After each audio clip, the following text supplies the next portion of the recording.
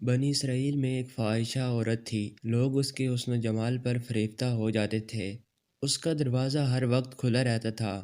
حال یہ تھا کہ جو شخص اسے ایک نظر دیکھ لیتا تو اس سے ملاقات کرنے کے لیے بے تاب ہو جاتا۔ وہ عورت 10 دینار وصول کرتی، پھر اپنے پاس آنے دیتی۔ ایک دن ایک نوجوان عابد کا ادھر سے گزر ہوا۔ اس نے پری چہرہ عورت کو تخت پر بیٹھے ہوئے دیکھا تو فریفتہ ہو گیا۔ دل قابو میں نہ رہا۔ ہزار جتن کیے کہ اس عورت کا خیال دل سے نکل جائے، مگر کامیابی نہ ہوئی۔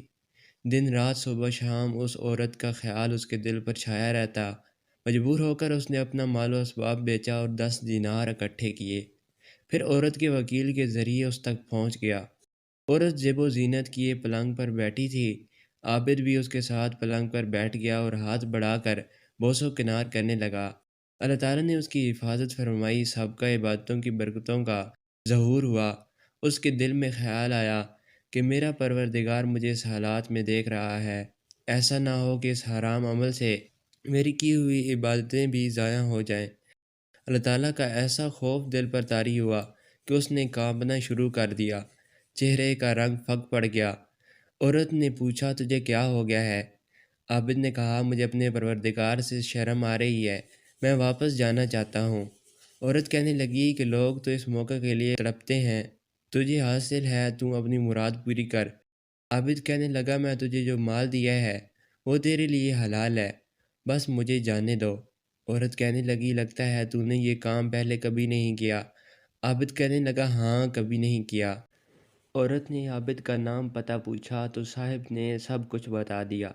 جب وہ وہاں سے نکلا تو زارو قطار رونے لگا کہ میں اللہ کا در چھوڑ کر ایک زانیہ کے در پر آ پہنچا۔ ادھر زانی عورت کے دل میں بھی عابد کی برکت سے خوف خدا طاری ہوا۔ اپنے جی میں کہنے لگی کہ اس شخص کا پہلا گناہ تھا اور اس قدر ڈرا، میں برسوں سے گناہ کر رہی ہوں، میں نہیں ڈرتی، حالانکہ میرا خدا بھی تو وہی ہے اور مجھے بھی سب کچھ کرتے ہوئے دیکھتا ہے۔ اس عورت نے گھر کا دروازہ بند کر لیا، معمولی کپڑے پہن لیے، عبادت میں مشغول ہو گئی۔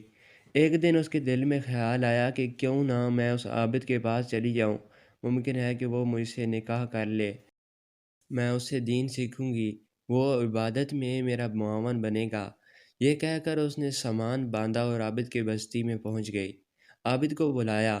جب وہ سامنے آیا تو اس عورت نے چہرہ کھول دیا کہ وہ اسے پہچان لے۔ عابد نے عورت کو دیکھا اور اس کی نگاہوں میں سارا منظر پھر گیا۔ اس نے چیخ ماری اور اس کی روح پرواز کر گئی۔ عورت کو اس کا بہت صدمہ ہوا۔ اس نے عابد کے بھائی سے نکاح کر کے نیکی کی زندگی گزارنا شروع کر دی۔ اس کے ساتھ بچے بھی ہوئے جو بنی اسرائیل کے اولیاء بنے۔